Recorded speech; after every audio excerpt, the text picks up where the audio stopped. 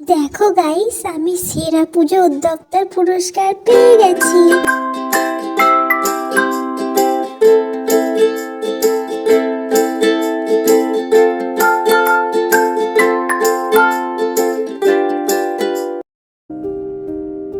Hello guys, আমার নতুন ব্লগে তোমাদের স্বাগত জানাচ্ছি। আমি মোমবাতি জ্বালিয়ে এত আনন্দ পেয়েছি যে আনন্দের থালাটাও বাজিয়ে নিচ্ছি। কি মজা, আমি মোমবাতি জ্বালিয়ে ফেলেছি। এবার চলো তোমাদেরকে দেখিয়ে দিচ্ছি আমার মা কালীকে সাজিয়েছি আমি কেমন। চলো চলো দেখে নি। তাহলে যাওয়া যাক তাহলে মাকে দেখতে।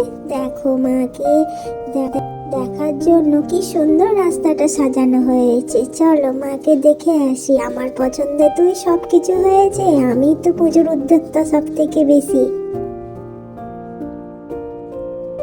দেখো মা কত সুন্দর ভাবে আছে এখানে। এরপর মায়ের পুজো হবে। তারপরে আমি পেয়ে গেলাম সেরা পুজো উদ্যোক্তার পুরস্কার। আমি নাকি খুব সুন্দর সাজিয়েছি মাকে।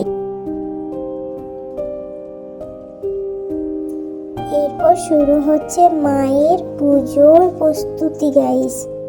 তোমরা দেখতেই পাচ্ছ ঘর নিয়ে সবাই প্রস্তুত হচ্ছে। এরপর দেখা হচ্ছে সকালে। দেখো রাতে মায়ের পুজো হয়েছে। মাকে এখন কতটা সুন্দর লাগছে। মাও কতটা খুশি রয়েছে, ঠিক আমাদের মতনই পুজো পেয়ে।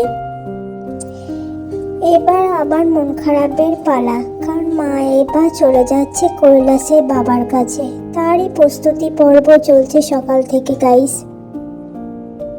এখানে মায়ের বরণ সেরে নেওয়া হচ্ছে। এরপর মা বাড়ি চলে যাচ্ছে। দেখো একে একে সবই চলে যাচ্ছে মায়ের সাথে। আমার তো বড্ড মন খারাপ গাইস।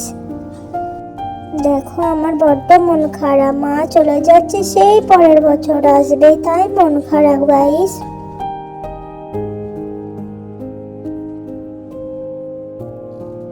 তোমরা সকলে ভালো থেকো মায়ের আশীর্বাদে, আর আমার পাশে থেকো। আর আমার চ্যানেল লাইক, কমেন্ট আর শেয়ার করে দিও।